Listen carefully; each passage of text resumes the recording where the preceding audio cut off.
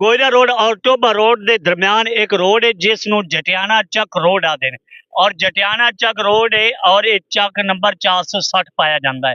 और सिर्फ एक चक नहीं है, ये चक कम से कम सैकड़े की तादाद ये चक पाए जाते हैं। लेकिन ये चक मारे इस तू गए कि ये देहाती हैं और यह देहात एक रोड मैनू नहीं पता कि किहड़े सियासतदान दिता ते किहड़े दौरे दिता है, लेकिन इस रोड का पहले रिजल्ट विखावी सीधे सीधा कैमरा घुमावी इन्होंने विखावी अज ए रोड और इस रोड से पिछले जनरल इलेक्शन दे सारे सियासतदान इस इलाके च आए, पैरों ते बैठे दाड़ियां फदियां मिन्नतां कीतियां तरले कीते सिफारिशां कीतियां ते झूठे झूठे वादे कीते ते हुण किसे नूं ये शर्म नहीं आ रही ते असीं ए रोड बनवाईए च यार। जदों तुसीं इलेक्शन दे टाइम आउंदे ते जदों इलेक्शन आउंदा मुड़ तुसीं इन्हां लोकां दे आके तरले करदे हो मिन्नतां करदे हो यार। अज कुछ तक किसे नूं तो कोई एहसास पैदा हो जाना चाहिए कि यह रोड जिहड़ा है तबाह होया पिया त्रुटा पिया खत्म हो गया।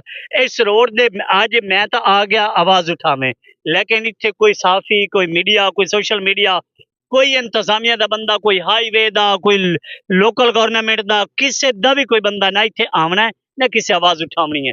लेकिन मैं अज खसूसन बिलखसूस जटियाने चक के जवानों भी गल करसा कि तुसी इस रोड की आवाज इंज उठाओ कि मैं अज 10 किलोमीटर चल के शहर तो बाहर आया तुहाडे रोड पीछे। इस रोड मेरा कोई लेना देना नहीं, सिर्फ मेरा एक नजरिया है कि जंग के अंदर चाहे कोई देहात है चाहे कोई शहर है, कोई रोड कोई गली तबाह न हो, साफ सुथरा माहौल हो, खूबसूरत माहौल हो। यकीन करो जो असं बाहर के शहरों की तारीफ सुनने ना साढ़े एक वाल खड़ा हो जाता है कि यार कदी तो साडा शहर भी बन जासी। अल्लाह का सारा है तो किसी का भी नहीं, लेकिन जंग वाले ये तुहाड़ियां सड़कां ये तुहाडे रोड जटियानी चक वाले हुण जाग जाओ।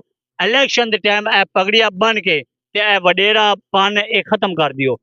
एक अद्धा इलाके तो उठिंदा पूरे इलाके का जमीर का सौदा कर देंदा, पूरे इलाके नूं वो बेच देंदा है। पता नहीं किस वजह तो बेचेंदा है, गड्डी के झूठे तो बेचेंदा, चाहे किसी भी इलाके का, चाहे कोई जटियाने चक दा है चाहे किसी और इलाके का, कोई भी वडेरा है वो हमेशा इस तरह ही करता कि जो सियासतदान इलाके च आउंदे वो पगड़ी वाल लेंदे ते तोड़ पाउंदे, बाकी दा सौदा करके उन्हां दा ईमान तबाह हर शा कर छुड़ेंदे हैं।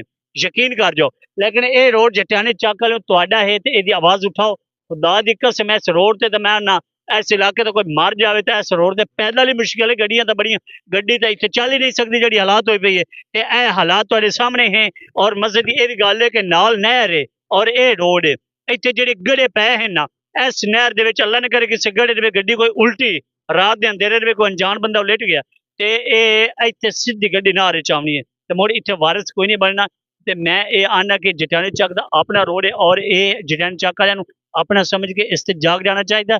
और यकीनन आज इस रोड की कंडीशन वेख के हालात देख के सानू दिली दुख होया ते मैं जटियाने चक और इर्द गिर्द दे रहने वाले सारे नूं आखां और इस रोड के उत्ते कश्मीरी कलोनी और जटियाना चक दीगर और भी काफ़ी सारे चक ने। ये टोबे रोड भी रोड जाता है, ये गोरे रोड भी रोड जाता है, ये दरम्याना रोड है तो दरम्याना रोड तबाह होया पिया। यकीन कर जो किसी बंदे दे विच किसी सियासतदान ने कोई जरा एहसास कोई नहीं।